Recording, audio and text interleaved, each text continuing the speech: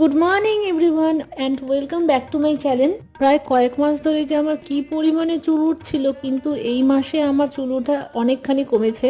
সেটা হচ্ছে regular hair কেয়ারটা একটু মেনটেন করার জন্য। আমি এখন প্রত্যেক সপ্তাহে এটা রুটিন মেনেই চলি যে প্রত্যেক সপ্তাহে দুদিন করে অন্তত আমাকে মাথায় তেলটা লাগাতেই হবে। যাদের চুল উঠছে তারাও কিন্তু এইভাবে রুটিন মেনে একটু চুলের যত্ন নিলেই কিন্তু চুল ওঠা একটু হলেও বন্ধ হতে পারে। এই তো তোমাদের সাথে কথা বলতে বলতে আমার হেয়ার অয়েলিংও কমপ্লিট হয়ে গেল। এখন একটু চলো কাজ করে নি। আমার সেই গোছা গোছা চুল ওঠা থেকে শুরু করে কিন্তু এখন এতখানি চুল উঠছে, আশা করি এটাও বন্ধ করতে পারবো।